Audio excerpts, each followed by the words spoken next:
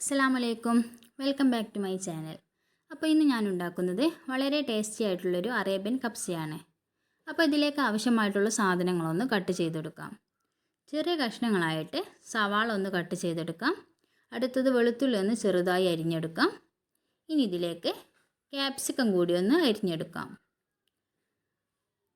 കബ്സ തയ്യാറാക്കുന്നതിനായിട്ട് 1 മണിക്കൂർ മുമ്പ് അരി കഴുകി വെള്ളത്തിലിട്ട് വെച്ചിട്ടുണ്ട്. കബ്സ തയ്യാറാക്കുന്നതിലേക്ക് പട്ട, ഗ്രാമ്പു ഒന്നും ചേർക്കുന്നില്ല.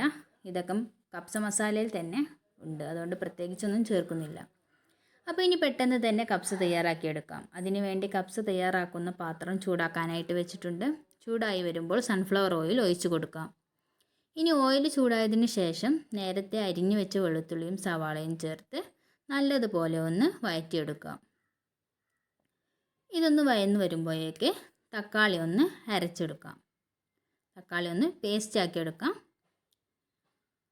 ഇനി ഇതിലേക്ക് കഴുകി വൃത്തിയാക്കി വെച്ച ചിക്കൻ ഇട്ട് കൊടുക്കാം.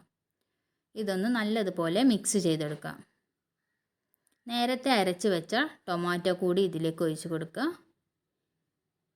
ശേഷം മാഗിയും ആവശ്യത്തിനുള്ള ഉപ്പും കൂടി ചേർത്ത് കൊടുക്കാം. കൂടെ 5-6 പച്ചമുളകും 2 ഉണക്ക നാരങ്ങയും അതിന് കൂടെ കബ്സ മസാലയും കൂടി ചേർത്ത് നല്ലതുപോലെ ഇളക്കിയെടുക്കാം. അതിനുശേഷം ക്യാപ്സിക്കം കൂടി ചേർത്ത് ഇതൊന്ന് 2 മിനിറ്റ് മൂടി വെക്കാം. 2 മിനിറ്റിന് ആയതിനു ശേഷം ഇതിലേക്ക് വെള്ളം ഒഴിച്ച് കൊടുക്കാം. അരി വേവാനുള്ള വെള്ളം ഒഴിച്ച് കൊടുക്കണേ. ഇത് തിളച്ച് വരുമ്പോൾ നേരത്തെ കഴുകി വെള്ളത്തിലിട്ട് വെച്ച അരി കൂടി ചേർത്ത് നല്ലതുപോലെ ഇളക്കി ഇതൊന്ന് മൂടി വെച്ച് കുക്ക് ചെയ്തെടുക്കാം. പെട്ടെന്ന് തയ്യാറാക്കാവുന്നതേ ഉള്ളൂ ഇത്.